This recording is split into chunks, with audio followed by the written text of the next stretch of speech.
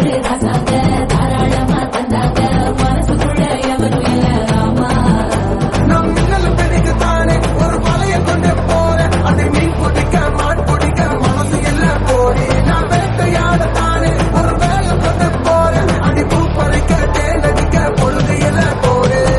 தொட்டதெல்லாம் தோல் பறக்கத மம்பட்டி அட மம்பட்டியா எட்டுக்கும் கோடி பறக்கத மம்பட்டி